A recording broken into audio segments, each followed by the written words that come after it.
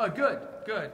We had a good practice and slowed it down a little bit, a little more walkthrough and that type of thing, just because everybody didn't get to their house until 6 a.m. It was a physical game, and this is still be a part of recovery for us. But I thought they were really focused and locked in good.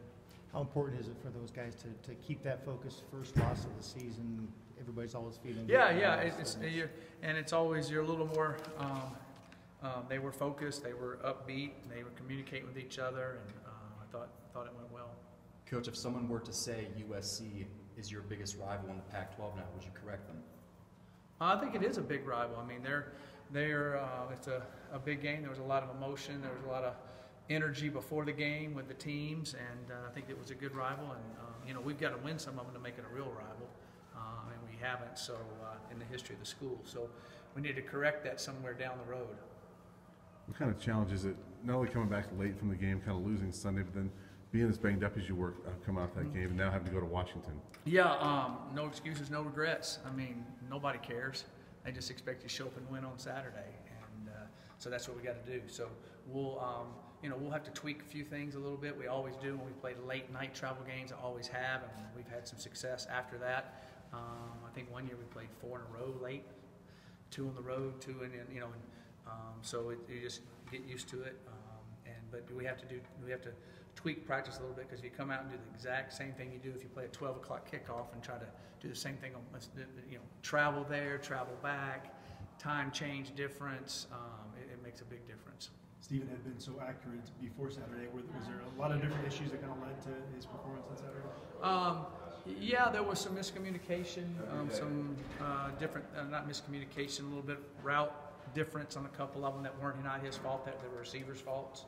And then, he missed 1 or 2 because quite a bit of pressure on him at times. But overall, Stephen kept playing well enough to give us a chance to win. Stephen did. I mean, you go back and watch that game and watch how that guy competed. Stephen competed like crazy, gave us an opportunity to have a chance to win.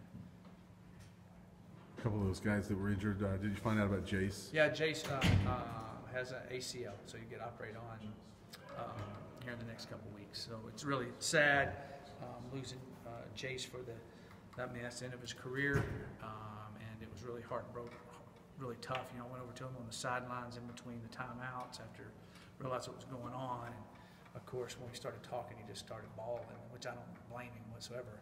I wanted to start crying, but I had to stay focused on the game. It just was really, he's done a great job here for us as a player. He's a phenomenal young man. He's going to be a big-time success in life, and we're gonna miss Jace. Just ending when it's hurting your knees hard enough, but when you know it's over, that makes it that's really hard, and especially in his hometown, playing at there in front of all the family that was there, even makes it more emotional. On the right side, Jalen Jackson got out there, caught a couple passes. Yeah, Jalen did some good things. It was good to see Jalen doing that. First time he's been live in a game in, 3.5 years, something like that. It's kind of crazy. And what he did was really well. We were excited for him. It's kind of how it is. There's highs and lows and everything. You got to try to manage it. Did you find out any severity of Laviska's toe injury? No, we haven't found out anything on it yet. They're still evaluating everything. We hadn't found out any total results or anything yet. So still got a sore toe, and we'll see. And then Trayvon and Jay also went out in that game. Trayvon's doing fine. Jay's in the concussion protocol. So go from there. So hopefully we'll see. Trayvon's doing well. He had a little bit of a thigh bruise, but he's running around today doing fine.